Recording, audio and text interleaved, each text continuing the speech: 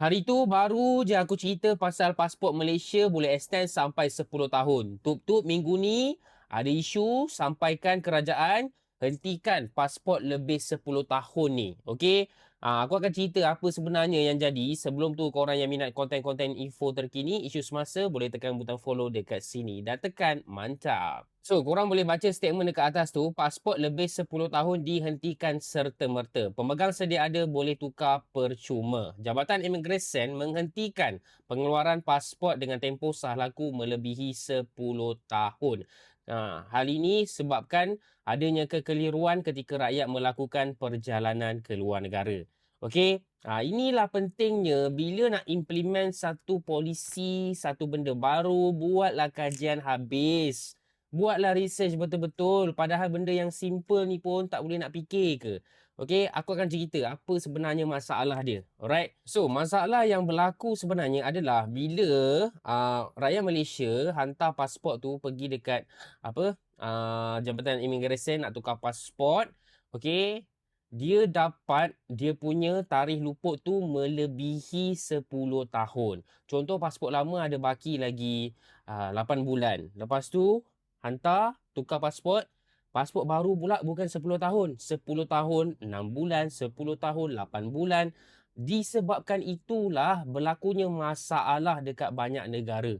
Sebab banyak negara tak terima pasport yang melebihi 10 tahun. Maksimum 10 tahun. Tak kisahlah 10 tahun 1 bulan ke, 10 tahun 2 bulan ke. Kalau lebih, certain negara tak bagi masuk. Sama juga bila nak beli tiket dekat airline ke apa ke, bila key in tulis dia punya expiry date pasport melebihi 10 tahun, airline tak terima ataupun website tu tak terima.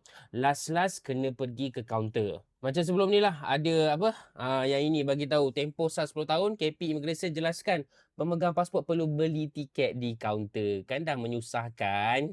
So, lepas ni apa yang jadi, pasport-pasport memang maksimum hanya 10 tahun sahaja. Kalau pergi Jabatan Immigration sekarang, walaupun pasport kita ada banyak baki lagi, kita nak renew pasport, kita nak tukar pasport, kita akan dapat pasport yang mana tarikh isu dengan tarikh expired hanya 10 tahun. Contoh, 20 Ogos 2026, habisnya nanti 20 Ogos 2036.